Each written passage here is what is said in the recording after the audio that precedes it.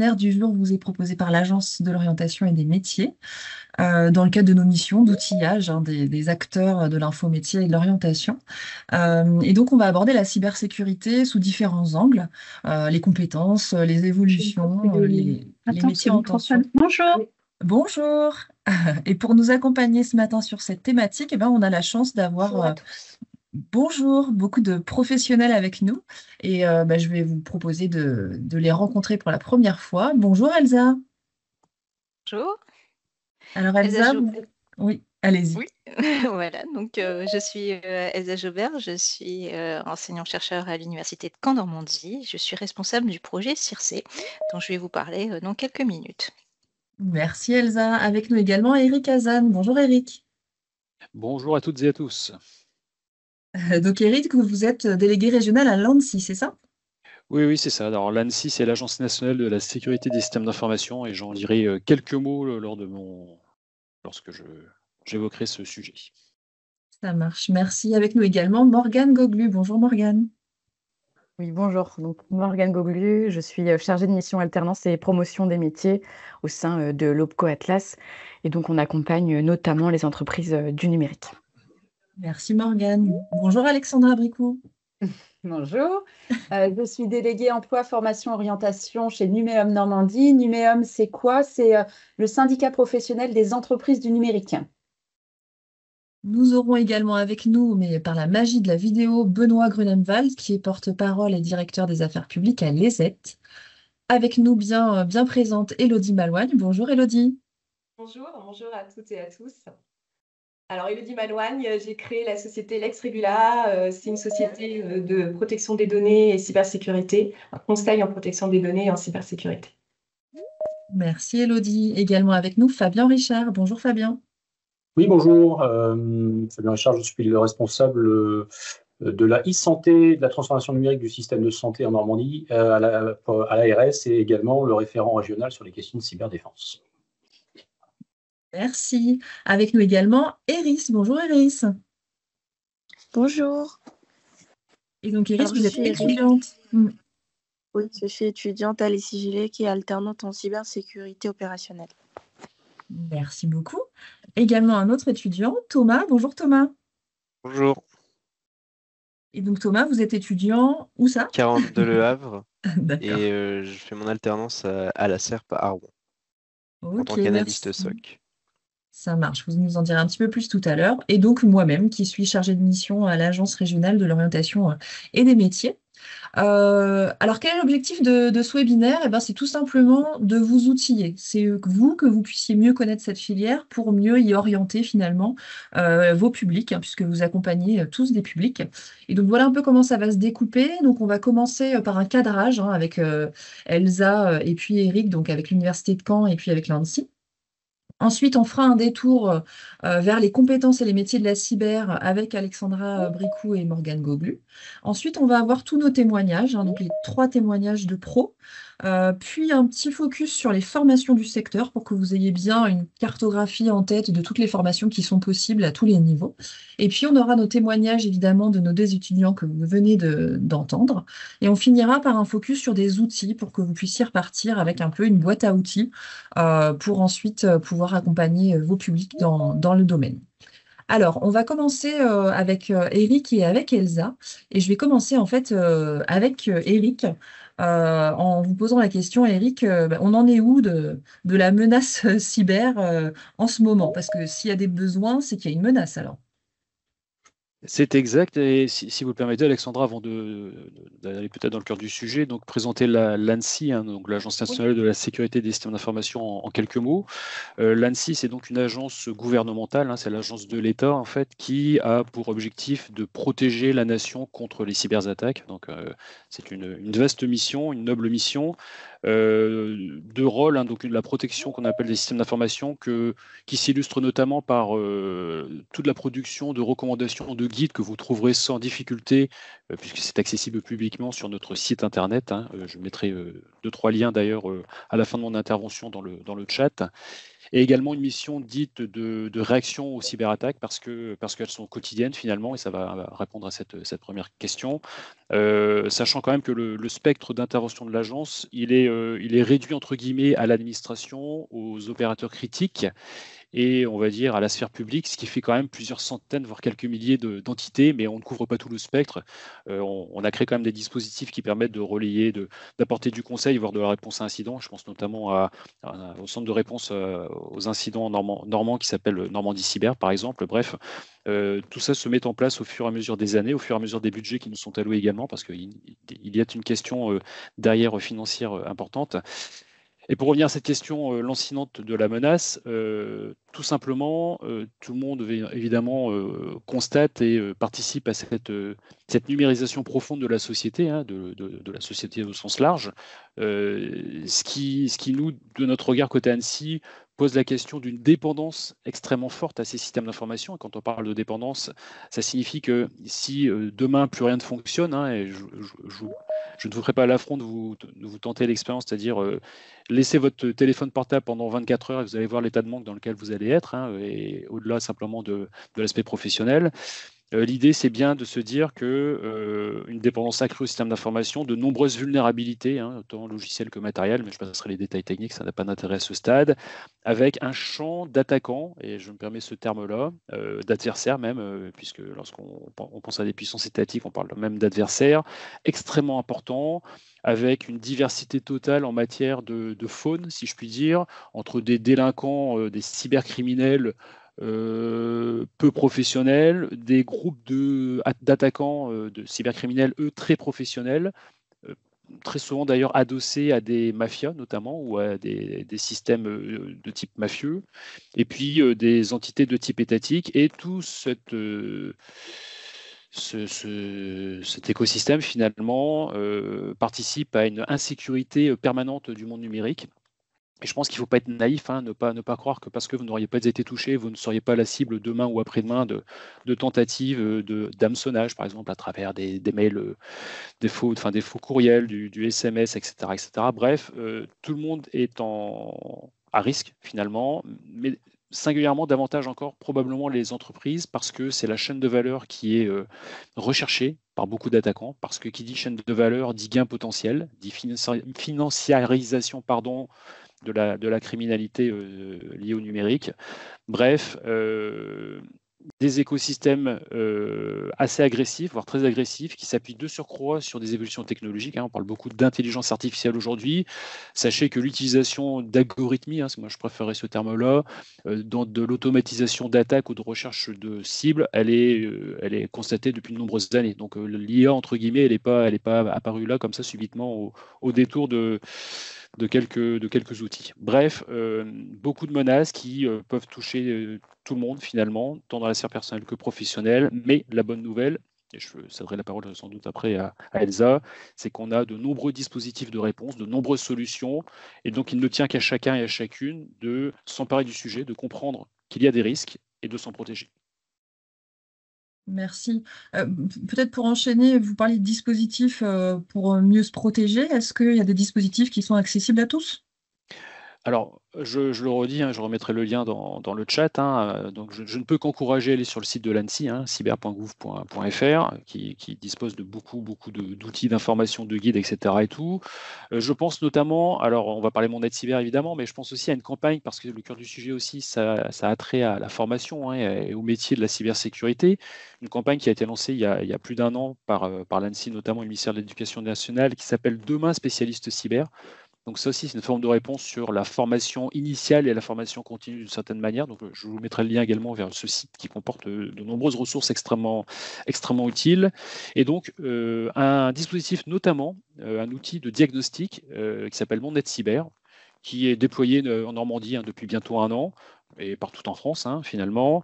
L'objectif est de pouvoir mesurer finalement un niveau de maturité du système d'information de l'entité. Alors quand je dis entité, ça peut être une entreprise, quelle que soit sa taille d'ailleurs, hein, une PME, une ETI, voire davantage, mais ce serait un peu étonnant. Ça peut être également une collectivité territoriale, voire une association. Et donc, cette entité sollicite via le site Mon Aide Cyber un aidant C'est une personne qui va se déplacer auprès de l'entité, qui va, à travers un jeu de questions et un outil, poser donc 36 questions pour, à l'issue de ce diagnostic, de cet entretien, finalement, proposer un certain nombre de recommandations à mettre en œuvre dans les prochains mois. L'idée derrière tout ça, c'est d'avoir un peu le chaînon manquant, c'est qu'on constate évidemment depuis de nombreuses années quand même que la sensibilisation ou la prise de conscience du risque, elle existe, hein, elle n'est pas complète, mais elle est quand même importante évidemment, et heureusement, notamment auprès des dirigeants d'entreprise et des élus. Souvent la question qui est rétorquée, c'est de nous dire très bien, je comprends qu'il y a un risque, mais par quoi dois-je commencer? Et donc cet outil a été créé pour répondre à cette question. Vous devez commencer par la mise en place du renforcement de mots de passe, de la meilleure administration, etc., etc. Je ne détaillerai pas, mais en tout cas, voilà. Retenez simplement qu'un diagnostic, Mon Aide Cyber, c'est gratuit, c'est accessible à tous et on le recommande vivement. Merci beaucoup, Eric. Alors, on pourra échanger à nouveau tout à l'heure sur d'autres aspects, mais là, je vais passer la parole à Elsa. Le webinaire du jour, c'est sur la cyber, mais sur la cyber en Normandie. Alors, est-ce que la Normandie prend le train en marche ou est-ce que on a déjà une histoire avec la cybersécurité? Je mets bien mon micro, c'est mieux. Bonjour à tous. Alors, on ne prend pas le train en marche puisque la Normandie, l'intérêt aussi de parler de cybersécurité pour l'orientation aujourd'hui dans la région, c'est qu'il y a un vrai écosystème, il y a une expertise de longue date. Là, je vous ai mis un exemple, mais vraiment parmi d'autres, hein, c'est à Caen que le paiement par carte à puce a vu le jour au début des années 80. C'est une des spécialités de la région, c'est la monétique, donc le porte-monnaie électronique, paiement par internet, paiement sans contact, et tout ça a donné naissance au pôle et transactions électroniques sécurisées, au pôle TES de compétitivité. Et puis on a de nombreuses entreprises en Normandie. Alors j'en ai cité quelques-unes. Je me suis dit, est-ce que j'en cite quelques-unes? Bon, voilà, je ne veux vexer personne.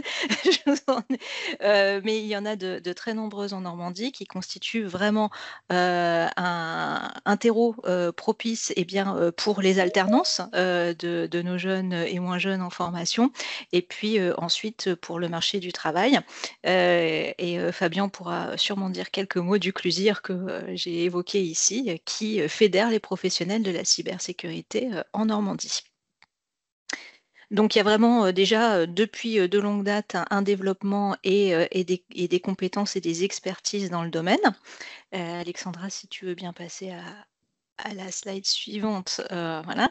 Et un écosystème qui se fédère et qui est très fortement soutenu par la région Normandie, avec une stratégie régionale qui a déjà été définie il y a quelques années et qui s'appelait Normandie Cyber 2024. Donc il y a une montée en puissance. Eric l'a évoqué, ce centre de réponse à incidents, le CICERT régional, qui en fait permet aux entreprises et aux collectivités d'avoir un numéro d'urgence d'appel, de signaler tout incident et d'être mis en relation avec des prestataires proches de confiance qui leur permettent de réagir aux attaques.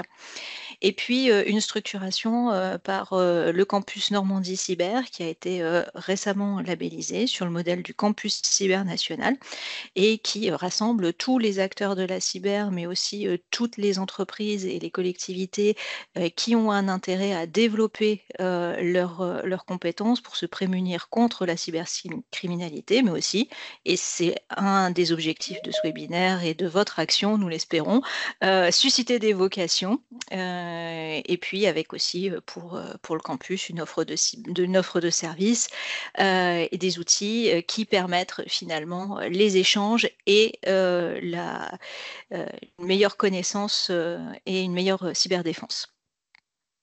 Et puis je mentionne aussi l'appel du cyberjurin et je pense que d'autres pourront rebondir, qui est une initiative donc commune dans toute la région pour organiser des événements à destination de différents publics pendant tout le mois de juin pour faire connaître, informer, sensibiliser, susciter des vocations, etc. Donc c'est une occasion de créer le débat et l'information. Donc la Normandie déjà bien active sur le secteur. très active et de plus en plus, voilà. Donc, c'est-à-dire, monter en puissance dans ce domaine. Et l'un des dispositifs aussi de cette dynamique, c'est le projet CIRCE dont je suis responsable. L'Université de Caen-Normandie est chef de file en partenariat avec l'ENSI Caen, l'école d'ingénieurs de Caen, et l'Agence régionale de l'orientation et des métiers. Donc, nous sommes 3 à agir dans le cadre de cet appel à manifestation d'intérêt compétences et métiers d'avenir, pour lequel donc, nous avons eu des financements de l'Agence nationale de la recherche et de la région Normandie pour nous permettre de développer des formations de spécialistes, donc ça va du bac+3 jusqu'au doctorat. Nous avons ouvert cette année conjointement avec l'ENSI Caen un master cybersécurité qui est une formation nouvelle entièrement dédiée à la cyber. Nous avons aussi des actions de renforcement de nos capacités dans tout ce qui est cybersécurité et IA, notamment à l'ENSI Caen. À l'Université de Caen, tout ce qui est BUT est aussi renforcé au niveau des formations en cyber. Et puis aussi des objectifs d'acculturation de masse pour l'ensemble de nos futurs diplômés, puisqu'il y a aussi un enjeu global de montée en compétences et sécurité de l'ensemble du pays, donc que tout le monde soit conscient en fonction de ces secteurs d'activité et soit outillé, équipé pour faire face à la menace cyber. Et puis des actions d'orientation. Et là, c'est l'Agence régionale de l'orientation et des métiers qui est à la manœuvre. Donc, on voit une massification des formations. Alors, il y a des enjeux derrière tout ça, Elsa, c'est ça? Il y a 2 enjeux majeurs. Oui, alors juste pour conclure, voilà, vous Ouais. pouvez avoir plus d'informations globalement sur l'ensemble des formations numériques sur le site filière-numérique.unicamp.fr, où là vous avez tout ce qui concerne notamment l'intelligence artificielle, la cybersécurité et d'autres. Et puis évidemment, voilà, moi je vous parle de CIRCE, du projet que je porte, mais d'autres acteurs et puis d'autres interlocuteurs aujourd'hui vous parleront d'autres formations en Normandie, puisque nous avons aussi des formations de qualité dans la région du Havre et dans la région de Rouen. Oui, on le verra avec le panorama tout à l'heure. Tout à fait. Voilà. Et puis je terminerai très brièvement pour des choses qui vont être sans doute reprises, voilà, par la suite. Mais il y a des enjeux, évidemment, on l'a dit, de massification, de faire venir les jeunes à ces métiers. Sont des métiers qui sont très divers, vous allez le voir. Et donc, moi, il y a une chose contre laquelle je voudrais que nous luttions tous collectivement, c'est ça. Voilà. Ceux qui me connaissent savent que c'est ma bête noire, le geek à capuche. Ça, non, c'est pas la cybersécurité. Voilà. Ça, c'est une image d'Épinal. C'est pratique parce que ça fait peur et que tout le monde reconnaît que le geek à capuche, c'est le méchant hacker qui travaille dans le noir devant son écran. Donc, non, c'est pas comme ça que ça fonctionne. Donc, merci de réagir lorsque vous voyez ça, parce que c'est ça, c'est la réaction collective du fait que non, ça n'est pas l'illustration que je vais mettre sur ma plaquette, et non, quand je la vois, je signale qu'il y a peut-être quelque chose à revoir. Pourquoi? Parce que la réalité du métier, c'est plutôt ça. Alors les gens, déjà, ils travaillent ensemble, dans des bureaux qui sont éclairés, et puis il y a des filles aussi. C'est dingue. Incroyable. Voilà. Incroyable, voilà. Donc c'est vrai que c'est moins glamour, hein. Enfin c'est moins glamour, c'est moins visuel, ça frappe moins les esprits. Mais je pense que si on veut faire venir les filles et globalement d'autres personnes qui se sentent moins techniques, moins geeks, pour reprendre, voilà, c'est leur faire comprendre que ce sont des métiers d'équipe, que ce sont des métiers de protection, que ce sont des métiers au service des entités, quelles qu'elles soient, et que les filles ont toute leur place. Voilà. Merci beaucoup, Elsa. S'il y a des questions, surtout n'hésitez pas à utiliser le chat, on pourra y répondre en temps réel. Eric, peut-être pour terminer sur ce premier volet le panorama, un petit peu de contexte, c'est une filière qui est en constante évolution en fait. Oui, tout à fait, mais je souhaiterais réagir au dernier propos Oui, d'Elsa, effectivement, qui bien sait sûr. aussi combien je suis promoteur, en tout cas j'essaie de l'être sur cette féminisation de la filière, mais moi ce que je constate, à ce que je vois à l'écran en tout cas, c'est que vous êtes bien représentées, mesdames, et j'en suis ravi. C'est pas qu'une figure de style de ma part, c'est extrêmement sincère, et je souhaiterais qu'on voit plus d'audience, et notamment je pense à des colloques ou des séminaires auxquels je peux participer, enfin on participe toutes et tous, et où on a toujours une surreprésentation masculine, et voilà, donc il est temps de pousser un peu le décor, les portes, etc. et tout, et bien dire, c'est ce que tu as dit Elsa, qu'effectivement, les métiers de la cybersécurité sont extrêmement riches, extrêmement variés, sont très évolutifs, et ça me permet de répondre aussi à votre question, Alexandra. Moi, c'est ce que j'observe depuis pas mal d'années. Je trempe dans la cybersécurité depuis longtemps finalement. Ce que je vois, c'est qu'on a toujours des métiers traditionnels et qui demeureront comme tels, notamment sur la partie dite de gouvernance. C'est normal, on a besoin aussi de cette partie un peu d'abstraction, donc conceptualisation ou de politique en matière de cybersécurité. Mais il n'empêche, on voit les évolutions technologiques. J'ai évoqué simplement l'intelligence artificielle tout à l'heure, mais c'est pas la seule. On peut penser à à la cryptographie post-quantique, par exemple. Ça c'est un truc complètement exotique pour le commun des mortels, mais il y a de véritables enjeux derrière, notamment économiques et financiers. Ça, c'est plutôt pour les plus férus en mathématiques. On a besoin de personnes qui sont extrêmement douées en mathématiques. Et là, il y a des véritables sujets qui touchent en plus des sujets de souveraineté. Ça peut vous paraître étrange, et je n'entrerai pas dans le détail, sauf s'il y a des questions, mais c'est une réalité tangible, en fait, finalement. On peut s'apercevoir également que la robotique ou la dronisation va être de plus en plus au confluent également de ces métiers en lien avec la cybersécurité. Donc là, ça touche des choses extrêmement concrètes qui vont aussi modifier, je pense, la société dans les prochaines années. Il y aura de la livraison davantage aussi par les drones notamment, donc il y aura des enjeux de sécurisation des parcours, des signaux, etc., etc. Et puis pour revenir à ou peut-être compléter cette question des métiers, finalement, moi, ce que j'observe notamment à l'ANSSI, pardon, c'est des métiers extrêmement différents, qui sont très techniques, mais qui sont aussi ouverts évidemment aux femmes, bien évidemment. Des métiers qui vont concerner de l'investigation numérique. Alors, c'est peut-être des termes qui sont un peu nouveaux pour vous, mais c'est le pendant des enquêtes criminelles ou policières qu'on a l'habitude de voir un peu là, dans les films ou les séries télévisées, mais c'est le pendant numérique. C'est-à-dire que lorsqu'il y a une cyberattaque qui touche une entité suivie par les services de l'État ou pas que, ben voilà, il y a souvent un dépôt de plainte, pas toujours, mais c'est ce qui est recommandé. Qui dit dépôt de plainte dit judiciarisation, et qui dit judiciarisation dit recueil des preuves, donc des preuves numériques pour pouvoir compléter un dossier judiciaire et aller, si besoin est, jusqu'à attraper les méchants et puis au procès. Donc ça, c'est des métiers très particuliers qui demandent une expertise très singulière. On peut penser à des veilleurs également, on peut penser également, et je pense que c'est l'étudiant qui était avec nous, là, Mathieu, qui est alternant dans un centre d'opération en cybersécurité. Il en dira sans doute un mot, ça c'est un peu mystérieux, mais on verra qu'un SOC, ça a une grande utilité aussi au niveau de la surveillance, par exemple, des systèmes d'information.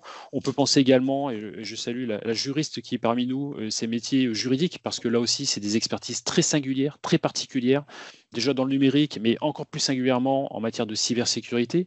Et on a la chance d'ailleurs au passage d'avoir à Caen, à l'université de Caen, un master en droit du numérique qui est assez unique en France, et donc qui forme également les futurs juristes et pourquoi pas avocats et avocates en matière du droit du numérique et de la cybersécurité.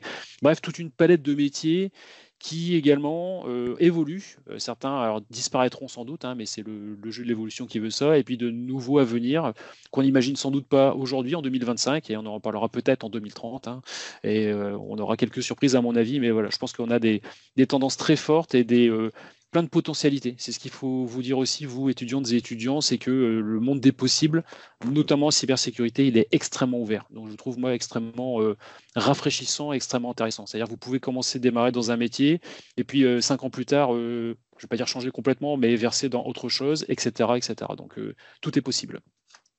Merci beaucoup, Eric. On va continuer sur cette thématique, je vous propose, puisque nous avons l'OPCO Atlas avec nous et puis Numéum Normandie, au travers de Morgane et Alexandra, qui vont venir un peu compléter ce qu'Eric était en train de nous dire. Morgane, je te laisse la parole.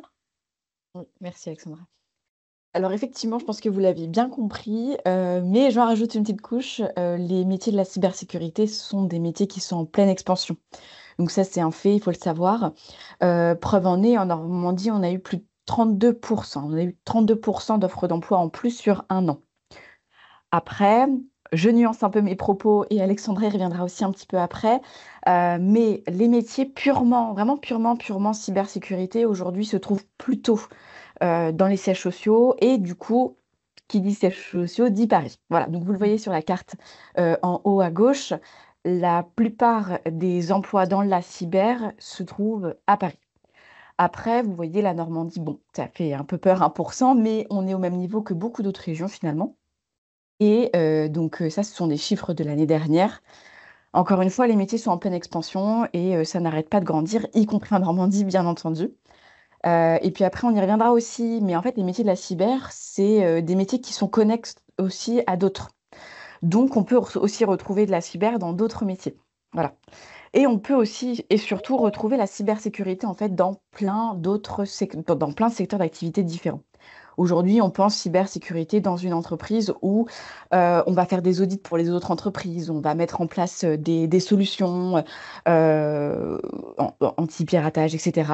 Mais il y a aussi en fait les métiers de la cyber qu'on peut retrouver dans d'autres secteurs qui sont aussi très attractifs, hein, comme l'énergie, la santé, l'industrie, pharmaceutique, aéronautique, spatiale, la défense. Voilà, en fait, c'est des métiers aussi qui, voilà, on prend conscience de tout ça aussi, de plus en plus, parce qu'on se rend compte que c'est important. Il y a de plus en plus de menaces aussi, et donc dans plein de secteurs aussi différents. Ce qu'il faut savoir aussi, c'est que ce sont des métiers quand même très sécurisants. Ce ne sont pas trop des métiers précaires comme nous on l'entend. Il y a la majeure partie des contrats dans les métiers purement cyber sont en CDI. Oui, donc presque les trois quarts. Très peu de CDD. Il y a un peu de freelance aussi. Mais vous voyez, en fait, contrairement à ce qu'on peut penser aussi, ce n'est pas la majeure partie des contrats. Voilà. Et ce sont des métiers qui se développent. Et du coup, l'alternance, donc de plus en plus de formations, y compris ouverte à l'alternance. Et donc ça, l'alternance, j'y reviendrai un petit peu après. Je vous mettrai le lien aussi dans la conversation. Nous, au Atlas, on a un observatoire des métiers qui s'appelle l'OPIEC. Et là, vous allez pouvoir retrouver, en plus de l'ANSSI, des données aussi sur les métiers, sur les compétences. Tu peux passer à la slide d'après, du coup, Alexandra. Sur justement les compétences. Je rebondis sur ce que disait aussi Elsa. Typiquement, on a besoin en fait de plein d'autres compétences quand on fait de la cybersécurité, notamment dans la programmation ou dans le système et réseau. Et en fait, dans le schéma, ce qu'il faut comprendre du schéma, c'est qu'on peut arriver à ces métiers en ayant fait d'autres métiers avant, différents ou dans le numérique, ou alors partir de ce métier-là et arriver vers d'autres. Voilà, donc ce sont des métiers très connexes les uns avec les autres. Et encore une fois, bien évidemment, Elsa m'a ôté les mots de la bouche. Et je pense qu'Alexandra, tu en rajouteras une petite couche. Le travail en équipe. Voilà, effectivement, aujourd'hui, dans le numérique, encore plus dans la cyber, c'est plus le geek qui parle à personne, qui est derrière son écran toute la journée. Au contraire, c'est pas ça. Et c'est important que vous le sachiez parce que vous qui regardez ce webinaire, c'est vous qui donnez de l'information aux jeunes ou aux personnes en reconversion, demandeurs d'emploi, qui veulent potentiellement aller vers ces métiers-là. Et donc voilà, donc c'est plus aujourd'hui, on ne peut pas travailler tout seul. On ne peut plus travailler tout seul dans le numérique, c'est pas possible. Voilà. Donc il faut aussi des capacités de communication. Voilà, donc ça peut, voilà, c'est travail en équipe et capacité de communication, c'est très très important. Et puis aussi une résilience et une gestion de la pression. Je pense que voilà, vous comprenez pourquoi. Il faut aussi savoir, alors en cas d'attaque, hein, mais pas que, voilà, savoir gérer la pression. Voilà globalement ce que je voulais dire sur les métiers, sur les compétences. Je pense qu'Alexandra, voilà, je te laisse compléter. Merci beaucoup, Morgane. Bah, effectivement, la transition, elle va être belle. Tu viens de parler effectivement de gens qui arriveraient dans la cybersécurité. Ils auraient peut-être fait autre chose avant. C'est possible, ça, Alexandra Bricou? Oui, alors tout à fait. En effet, il y a deux types de populations. Il y a les étudiants qui vont aller se former en cyber et qui vont derrière chercher du travail. Et puis il y a toute cette population de gens qui ont une vie avant, une autre vie professionnelle. Et le témoignage de Thomas un peu plus tard n'en est que l'illustre exemple. C'est la reconversion. On sait que maintenant, on ne fait plus le même métier à vie. Et puis on sait aussi que si on ne prend pas les bonnes options au lycée, on peut être un peu fichu pour la suite. Et bien, il y a aujourd'hui les reconversions qui permettent de changer de vie malgré ses études les études faites avant. Et alors, bonne nouvelle, parce que dans la cybersécurité, on prend aussi des gens en reconversion. Donc ça, c'est une première idée reçue où on peut imaginer que, en effet, les gens qui travaillent dans ce secteur sont les jeunes à capuche qu'Elsa nous a fait voir, mais pas du tout. Les entreprises sont ouvertes à ça. C'est possible de pouvoir se reconvertir dans la cyber sans cette formation initiale dans l'informatique. Alors pourquoi c'est possible? Parce qu'il y a une forte demande du marché. Aujourd'hui, on vit, on subit, les entreprises vivent et subissent les attaques et il y a une pénurie de compétences. C'est-à-dire qu'aujourd'hui, elles sont obligées de s'organiser pour recruter dans ces métiers-là. Tout va très très vite et donc ça ouvre le champ à ces personnes qui veulent changer de métier. Donc la forte demande du marché fait qu'il y a pénurie de compétences et donc les entreprises ouvrent leurs œillères et s'intéressent fortement à ces gens qui ont une vie avant avec des qualités bien marquées. Elles aiment les profils diversifiés, ce qui n'était pas forcément le cas il y a 15-20 ans, très clairement. Des compétences en droit, en gestion, en audit sont utiles dans la cyber. En revanche, une fois qu'on a dit ça, je mets un gros warning. Dans tous les cas, quelqu'un qui voudrait se reconvertir dans la cyber, il faudra acquérir des bases en informatique. C'est non négociable, c'est comme ça. Partir juste sur 3 mois de cybersécurité, ça ne fonctionnera pas. Il faudra suivre des formations diplômantes et reconnues. Et heureusement, parce une entreprise qui s'équipe, qui embauche, des gens en cybersécurité, ses clients sont rassurés que si ces salariés sont diplômés, reconnus dans les métiers de la cyber. Donc attention, quelle que soit la formation, bien choisir des formations diplômantes qui prouvent une compétence pour le coup. Il faudra aussi pratiquer et monter en compétences. Faut être très clair, ce n'est pas parce qu'on sort de l'école qu'on va avoir un poste expert cyber tout de suite.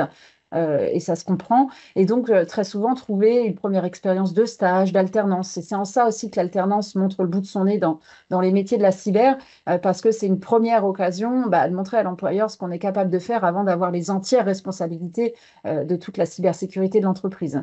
On va pouvoir, par exemple, trouver d'abord un poste de junior dans l'informatique et ensuite évoluer dans la cybersécurité. Dans tous les cas, il y a des qualités qui sont non négociables pour ces métiers-là. On va parler de rigueur, de curiosité, d'appétence pour la résolution de problèmes. Bah oui, parce que la cybersécurité, ça va être aussi de l'audit, mais aussi régler des problèmes, évidemment.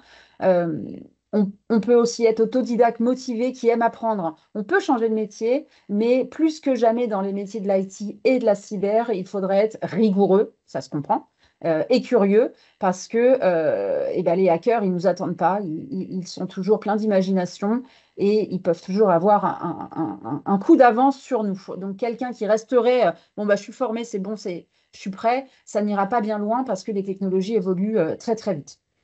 Morgane l'a dit tout à l'heure et je réinsiste, en Normandie, en tous les cas, il y a évidemment des entreprises spécialisées dans la cyber, mais il faut quand même noter qu'on est rarement qu'expert cybersécurité.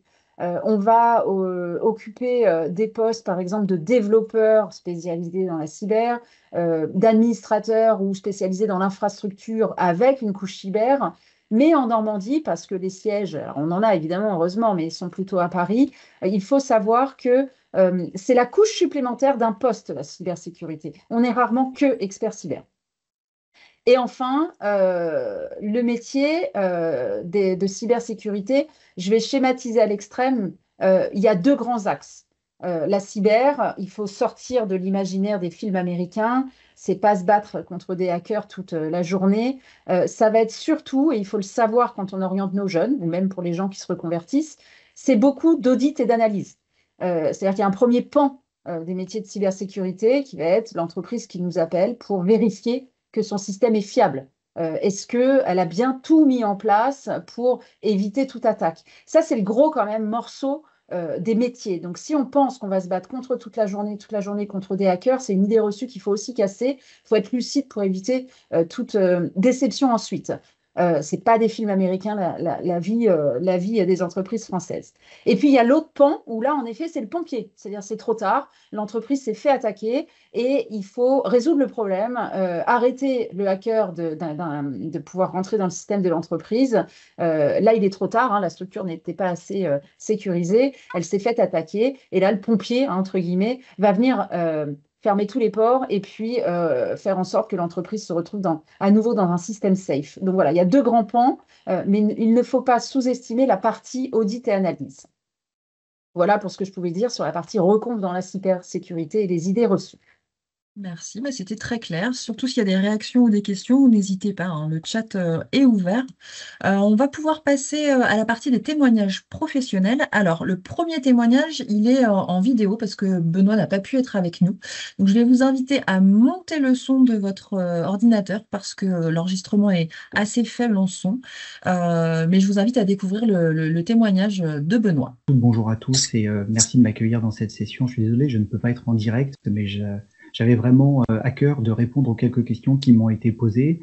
Et vous avez sur cette présentation l'adresse de mon LinkedIn si vous souhaitez consulter mon profil et entrer en contact avec moi, me poser quelques questions complémentaires. Ça sera avec plaisir. Avant d'entrer dans le vif du sujet et de répondre aux questions, je voulais vous présenter l'entreprise pour laquelle je travaille. Ça vous permettra de mieux cerner quelles sont mes activités au quotidien. EZ est une entreprise slovaque, européenne, qui est au cœur de l'Europe, qui emploie 2500 personnes à travers le monde, dont notamment des chercheurs. Et ces chercheurs visent à mener des enquêtes sur les actes cybercriminels qui visent à la fois les particuliers, les petites moyennes entreprises et les grandes entreprises, mais également les actions menées par ce que l'on appelle des groupes APT, Advanced Persistent Threats. Ce sont des groupes d'attaquants qui sont pour la plupart affiliés à des États et qui visent deux objectifs principaux. Le premier, c'est le cyberespionnage et le deuxième, c'est la déstabilisation ou des actions, on va dire, à portée géopolitique. Alors, EZ, c'est 110 millions d'utilisateurs à travers le monde, 1 milliard d'internautes protégés, notamment avec le partenariat que l'on a avec Google Play Store. On protège également Canon, on protège beaucoup d'entreprises privées. Et en France, c'est une très belle référence, on est très fiers. On protège tous les ordinateurs de la gendarmerie nationale. Donc, quand vous voyez un gendarme sur son ordinateur, eh bien celui-ci est protégé par nos solutions. On va protéger, je vous le disais, à la fois les particuliers, les TPE, les PME, les professions libérales, les entreprises, les grandes entreprises et les administrations. Ça nous permet d'avoir une couverture très large de sujets. Ça m'amène à mes deux métiers que sont à la fois porte-parole et directeur des affaires publiques. Ça veut dire que je vais prendre les recherches que nous produisons et les amener dans les médias. Alors les médias tels que les journaux télévisés, TF1, France 2, France 3, mais également des magazines à la fois publiés, imprimés, mais également en ligne. Je pense au magazine Notre Temps, par exemple. On a une activité tournée vers notamment les seniors qui est assez forte parce que les seniors découvrent le numérique, même s'ils sont pour la plupart plutôt prudents. Ben, ils sont quand même la cible très spécifique de cybercriminels qui ont notamment créé des boomer traps. Alors, je ne vais pas rentrer dans le détail, mais si ça vous intéresse, cherchez cela sur Internet et vous verrez que les cybercriminels ciblent en particulier les seniors. Donc, mon premier métier, c'est bien cela, c'est de prendre les différentes recherches que nous menons et de les amener auprès des publics qui sont les nôtres, parce qu'on a bien entendu la presse, mais mon travail est également de pouvoir amener ces recherches et leur compréhension à nos clients, ainsi qu'à notre réseau de partenaires revendeurs qui est composé d'à peu près 3000 prestataires informatiques sur le territoire français. Et deuxième volet de mon activité, directeur des affaires publiques, donc pour cet objectif qui est à la fois d'informer, mais également de passer des messages si nécessaire auprès des pouvoirs publics en ce qui concerne les lois et l'organisation, pourquoi pas des forces qui vont viser à stopper les cyberattaques dans notre pays, eh bien, je vais encore une fois consulter les recherches et pouvoir faire en sorte qu'elles soient amenées également aux décideurs publics pour qu'ils puissent en avoir connaissance, mieux comprendre comment les cyberattaquants visent nos organisations et puis leur donner aussi l'état de ces organisations parce que grâce aux prestataires informatiques et aux contacts directs que l'on peut avoir avec les très grand nombre de clients qu'on a en France, eh bien, on a une finesse, une richesse d'informations que l'on est capable de partager avec ces décideurs publics. Quand il y a par exemple des lois qui sont voté. Je pense notamment à la directive NIS2, NIS2 au niveau européen. Et cette directive va être transposée sur le droit français. Eh bien, les rapporteurs qui travaillent sur cette loi consultent un certain nombre d'instances pour comprendre quels vont être les impacts de cette loi sur le sol français. Est-ce que cette loi va être applicable ou est-ce que c'est utopique de penser qu'elle pourrait l'être?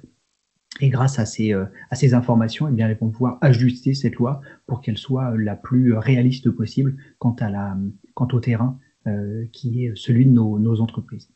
Et puis, on m'a posé 2 autres questions. Est-ce qu'il existe des prérequis ou des qualités pour travailler dans la cyber, ainsi que quels sont les métiers qui recrutent des personnes en reconversion? Pour répondre à la première question, j'ai envie de dire que comme dans toute entreprise, il y a le cœur de métier qui est lié à la cybersécurité. Je pense au support technique, au commerce, au marketing, aux fonctions qui sont en relation avec l'extérieur et ou avec les produits. Et dans ces métiers-là, il faut un minimum de passion pour, je pense, être bien au travail et puis faire un travail qui soit en cohérence avec ce que l'on attend. Pour autant, cela ne veut pas dire que si on est passionné par l'informatique, les réseaux sociaux, les nouvelles technologies, on a besoin d'avoir un niveau extrêmement élevé, parce que une personne au marketing peut tout à fait faire son travail en ayant une appétence pour le sujet, mais en n'ayant pas non plus une connaissance hyper étendue, comme peut l'avoir un support technique par exemple, ou des avant-ventes, ou même des commerciaux. Donc plusieurs niveaux sont requis. Un minimum de toute façon d'intérêt est nécessaire pour le milieu, mais je pense que ça c'est commun à tout poste, toute entreprise.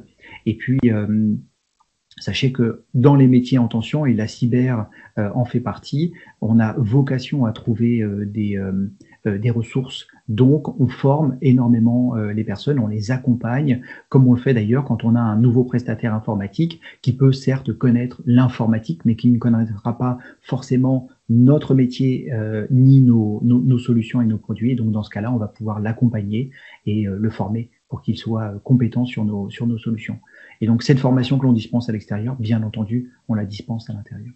Et comme dans toute entreprise, il y a bien entendu des fonctions support. Je pense aux ressources humaines, je pense à la comptabilité. Alors pour les ressources humaines, on est quand même un peu dans le cœur de métier parce qu'il faut trouver des personnes qui vont correspondre et vont s'adapter aux différents postes. Donc il y a un minimum forcément de connaissances à avoir sur le sujet. Pour la comptabilité, finalement, on est dans quelque chose qui est assez classique et qui ne requiert pas de connaissances ni d'appétence particulière pour le monde de la cybersécurité. Ce qui finalement m'amène à la dernière question, est-ce que il y a des reconversions qui sont possibles? La réponse est oui, et un grand oui d'ailleurs. Si vous souhaitez venir intégrer l'écosystème cyber, n'hésitez pas à vous tourner vers celui-ci. Il y a un grand nombre d'entreprises qui recrutent et dans toute la France, hein, pas qu'en région parisienne. D'ailleurs, à ce sujet, vous avez des campus cyber qui se sont ouverts dans toute la France, dont nous sommes adhérents pour certains, notamment le campus Normandie, que je remercie de m'avoir invité aujourd'hui. Ces campus ont des ressources qui vont recenser l'intégralité de l'écosystème cyber. Donc vous pourrez voir très facilement que tout n'est pas centré sur la région parisienne ou sur les grandes villes, mais que chaque entreprise, où qu'elle soit sur le territoire, a besoin d'un accompagnement informatique et cyber, et donc il y a des opportunités qui sont ouvertes sur l'intégralité du territoire. Donc si vous êtes en phase de reconversion, eh bien n'hésitez pas, renseignez-vous sur le domaine cybersécurité. Vous pouvez voir sur Internet, il y a un grand nombre de formations et je vous en partage quelques-unes avec l'organisation de cette session et vous verrez que l'on peut facilement appréhender le domaine de la cybersécurité et puis ensuite plonger dedans. Et chaque personne qui travaille dans ce milieu, je pense, aura à cœur de vous accueillir. Voilà pour le témoignage de Benoît. Donc là, je pense que vous avez quand même pas mal d'éléments qui commencent à arriver. On a beaucoup de choses en commun avec ce qui a déjà été dit avant, hein, sur le fait que oui, il y a beaucoup de choses en région parisienne, mais pas que. On a beaucoup parlé des volets techniques. Et donc là, on va avoir un témoignage un peu différent de quelqu'un qui travaille dans la cyber, mais qui n'est pas du tout sur le volet technique, en tout cas pas comme on l'entend, et on est bien loin du geek à capuche qu'on a vu tout à l'heure. Donc, on est ravis. Bonjour Elodie. Bonjour à toutes et à tous. Et non, je n'ai pas de sweat à capuche, je ne sais pas programmer, je ne sais pas coder, et pourtant je travaille dans la cyber. Mais alors voilà, quelles sont mes missions au quotidien? Eh bien, en fait, c'est plutôt un profil juridique. On en a parlé tout à l'heure. Il y a l'aspect technique en cybersécurité et c'est important parce que effectivement, sur la technique, ce sont les fondations. Donc, on en a vraiment important. Et il y a d'autres métiers qui gravitent autour. Et moi, mon parcours à l'origine, c'est juriste. Ensuite, j'étais responsable juridique. J'ai travaillé 16 ans dans le secteur bancaire et puis j'ai été nommée déléguée à la protection des données. Et à ce moment-là, effectivement, j'ai découvert toutes les normes RGPD, Règlement général sur la protection des données. Et quand on s'intéresse de près au RGPD, on voit qu'on ne peut pas être conforme au RGPD sans cybersécurité. Et après avoir travaillé 16 ans en banque, j'ai aussi travaillé dans une entreprise télécom. Et j'étais responsable juridique et responsable conformité. Donc, je me suis aperçue que finalement, il y avait vraiment des choses à faire en termes de conformité aux normes, aux réglementations. Et je me suis intéressée de près à la cyber. Donc, ce n'est pas vraiment une reconversion professionnelle comme on peut l'entendre. Pour moi, c'est plutôt un élargissement de mes compétences. C'est venu naturellement à moi, en fait. Alors, on parle d'appétence, oui. En fait, je suis vraiment tombée dans la cyber, ça me passionne, ça m'intéresse beaucoup. Après, quand on est juriste, on a l'habitude de se former, de faire beaucoup de veille, beaucoup d'autodidacte également. Donc, je me suis formée à la cybersécurité. J'ai passé ma certification déléguée à la protection des données CNIL.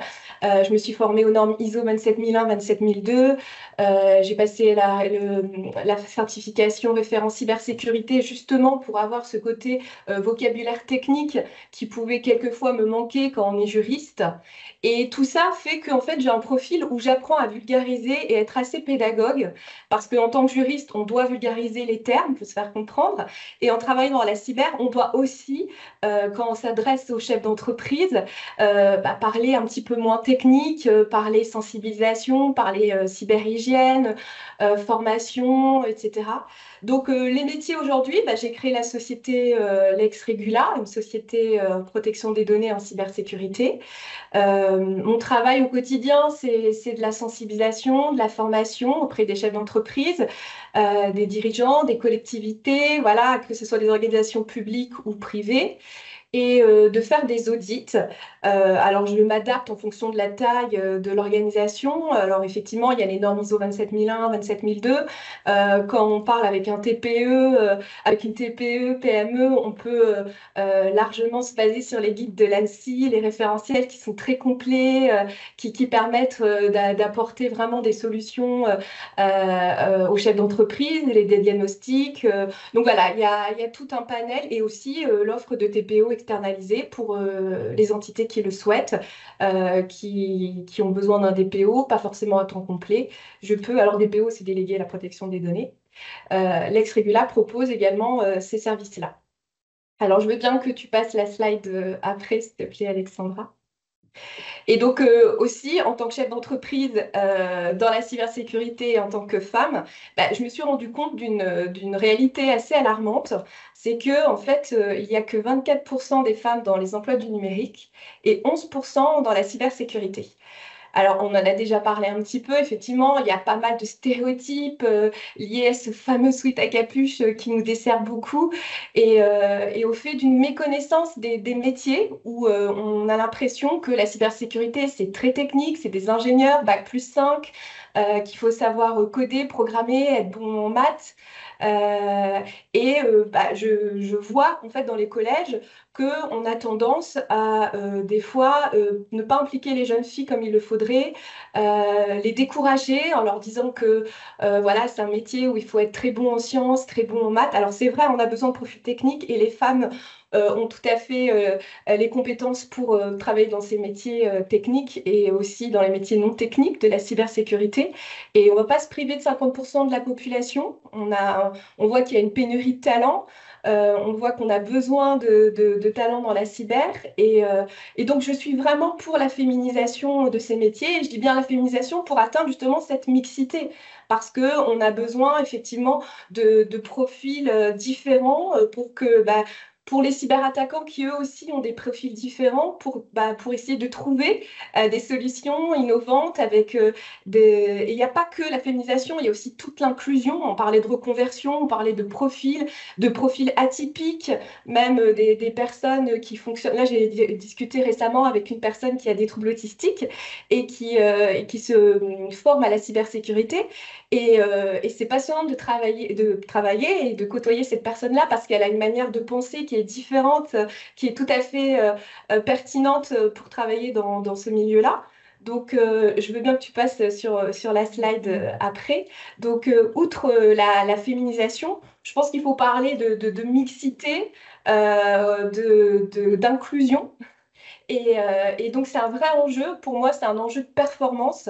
C'est un levier de performance parce qu'on voit que la diversité, ça améliore au niveau de la gestion des risques, de la capacité d'innovation, puisqu'on est plusieurs cerveaux à réfléchir différemment pour trouver des solutions innovantes, différentes. Il y a pas mal d'études qui montrent que les équipes mixtes sont beaucoup plus efficaces et affichent un turnover plus faible. Et puis aussi, c'est dans l'intérêt de l'entreprise, puisqu'il y a une meilleure image de marque pour l'entreprise qui dans ces enjeux de performance, de mixité. Et là, on peut aussi parler également de RSE, la responsabilité sociétale des entreprises, parce qu'en fait, il y a un vrai lien avec la cybersécurité. On ne le voit pas tout de suite.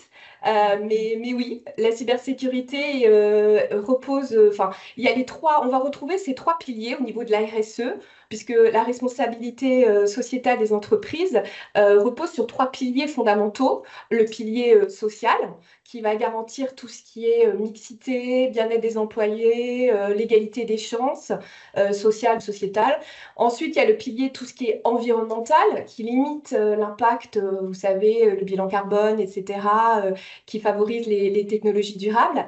Et puis, le pilier économique qui va permettre à l'entreprise d'assurer une croissance éthique, d'intégrer la transparence, la sécurité des données. Donc oui, la cybersécurité, sur l'enjeu environnemental, on va se rendre compte que il faut être responsable au niveau de l'empreinte numérique que l'on laisse.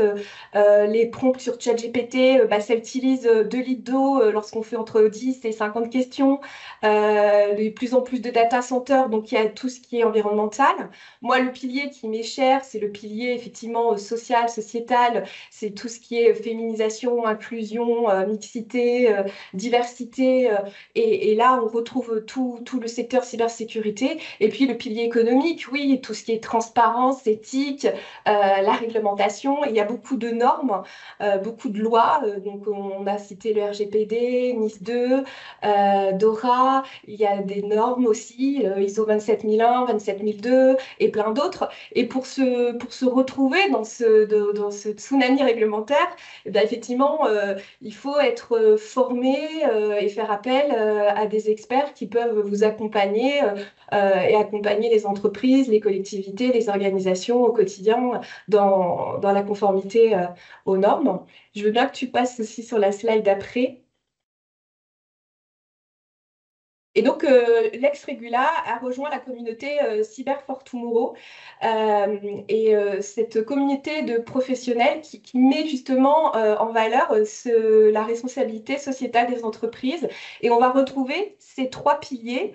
Le pilier autour de la sensibilisation, autour des bonnes pratiques. Alors, j'en parle pas trop parce que je crois que c'est après qu'on en parle de la sensibilisation, de la cyberhygiène, parce que finalement, dans les cyberattaques, plus de 80% des cyberattaques sont dues à une négligence ou une erreur humaine.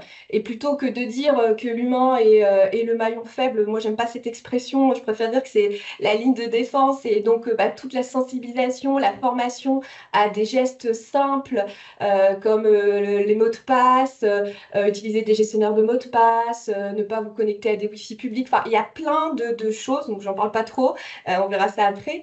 Et donc, tout ce qui est sensibilisé autour des bonnes pratiques d'hygiène numérique, ça, c'est le cyber citizenship. Ensuite, il y a l'autre pilier qui est le cyberspécialiste, c'est pour encourager la diversité dans la filière cyber, et on en a parlé, on a besoin des femmes. Et la cyber sustainability, c'est tout ce qui est des pratiques de cybersécurité qui sont respectueuses de l'environnement. Et moi, j'encourage vraiment autour de moi à ce que les sociétés, les entreprises adhèrent à Cyber for Tomorrow, à cette communauté. Donc, je vous ai mis le lien si vous voulez aller voir cyberfortomorrow.fr. Et pour terminer, voilà, l'engagement de l'ex-Régula en matière de cybersécurité, je pense que c'est important de construire un écosystème normand. On l'a dit, tout n'est pas que à Paris. Il y a plein de choses et plein de pépites. On en a parlé tout à l'heure, Elsa, de pépites en Normandie. Et donc, l'ex-Régula fait partie du campus Normandie Cyber, du réseau NWX, qui est un groupe d'experts en cybersécurité en protection des données, du CLUSI en Normandie, on va en parler après, du collectif Cyber for Tomorrow et en tant que délégué à la protection des données de l'Association française des correspondants données personnelles, donc la FCDP. Et voilà, moi j'encourage vraiment les chefs d'entreprise ou même les sociétés qui travaillent dans la cyber à donner de leur temps. Je donne pas mal de temps là dans les collèges. Je suis allée encore la semaine dernière dans des collèges pour parler aux jeunes filles parce qu'on manque de modèles féminins, on manque de femmes dans la cyber et puis aussi il y a tellement une méconnaissance de ces métiers et de ces stéréotypes, de ces préjugés qui collent à la peau. Et donc voilà, de leur montrer qu'il y a une diversité de métiers et puis qu'ils peuvent retrouver ça sur le site de l'ANSSI, il y a le catalogue, etc. Il y a tellement de ressources, tellement de choses pour découvrir ces métiers-là. Voilà, Alexandra. Merci beaucoup. C'était intéressant de voir que les enjeux sont bien au-delà de la technique. Et donc, je pense que c'était important d'y passer un petit peu de temps aussi. On va poursuivre avec les témoignages. Et vous avez un petit peu préparé la suite hein, avec Fabien Richard. On va parler du facteur humain, notamment. Fabien. Oui, bonjour. Alors, pour répondre à Elodie, pour faire la transition, ça, c'est un bouquin qui est sur mon bureau en permanence. Comme quoi, effectivement, la cybersécurité, c'est le code de la cybersécurité qui commence à être déjà un gros pavé. Donc oui, le juridique dans la cybersécurité, c'est un métier émergent également. Et pour reprendre le sujet de la féminisation de la cyber, oui, il faut des femmes. Les femmes avec qui j'ai eu la chance de travailler dans la cyber n'étaient pas des techniciennes. Elles n'étaient pas pour autant moins indispensables que les autres. Donc, je me présente rapidement, Fabien Richard. Mon travail principal, c'est d'être responsable de l'e-santé et de la transformation numérique à l'ARS Normandie.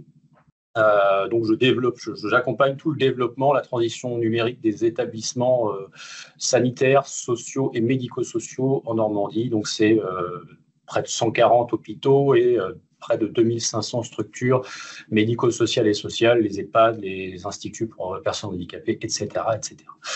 Et donc, il y a un grand chantier, vous avez peut-être entendu parler, le Ségur numérique, un grand chantier de transformation numérique qui a été lancé en 2021 et qui se poursuit aujourd'hui et qui s'accompagne d'un plan de renforcement de la cybersécurité nationale. Et donc, à ce titre-là, je suis aussi le référent régional sur les questions de cyberdéfense et donc j'accompagne les structures, toutes ces structures-là également, dans le renforcement de leur cybersécurité. On a financé, notamment avec mon équipe depuis 2023, les établissements, les hôpitaux de Normandie qui, pour plus de 80%, ont fait un exercice de crise à la cybersécurité qui a été financé par l'ARS Normandie, qui leur a permis de s'entraîner. Puisqu'on parle, vous avez tous entendu parler, ça fait 20 ans que je suis dans la cyber, j'ai entendu ça peut-être 500 fois. La question n'est pas de savoir si, mais quand vous allez vous faire attaquer. On l'a tellement entendu, ce truc-là, que ça n'a plus beaucoup de sens. Mais en fait, si, ça en a. C'est-à-dire qu'en fait, vous allez vous faire attaquer. C'est surtout ce qu'il faut dire, on va oublier le truc d'avant. Vous allez vous faire attaquer. Vous pouvez construire un système d'information aussi robuste que celui de la NASA. Mais si vous regardez la presse, dans l'historique de la presse, même la NASA se fait attaquer. Il faut évidemment quand même se prémunir au niveau technique, faire de la défense périmétrique, mais il faut aussi s'entraîner à la crise, ce qu'on appelle aujourd'hui la résilience.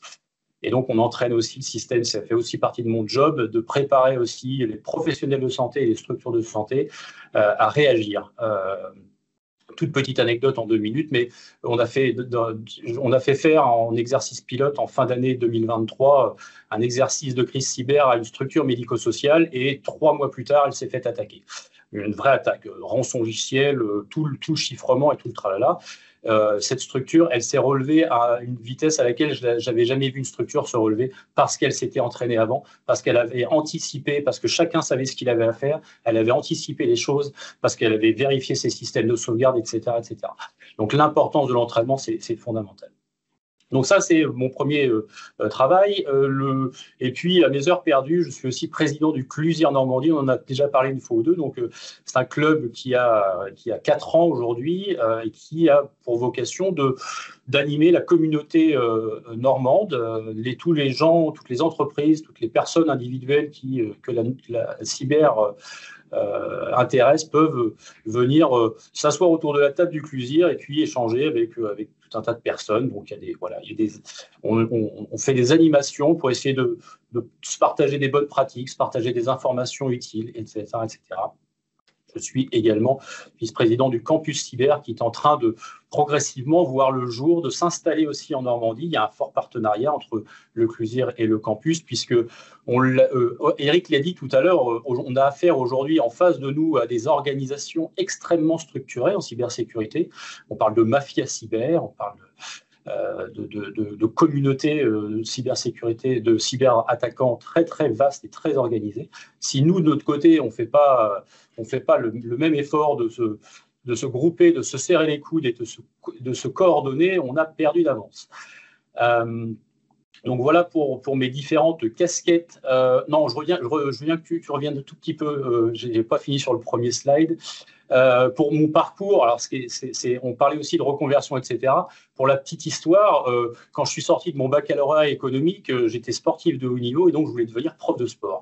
Et vous voyez, 30 ans plus tard, je suis vraiment très très loin de mon objectif principal, enfin mon objectif de l'époque. Donc voilà, des choses peuvent arriver. Je suis rentré dans l'informatique par l'alternance. Dans une école à E2SE. J'ai fait une école d'ingénieur ISI en cours du soir à l'ENSI Caen. Et puis après, je suis devenu manager, je suis devenu DSI en fait.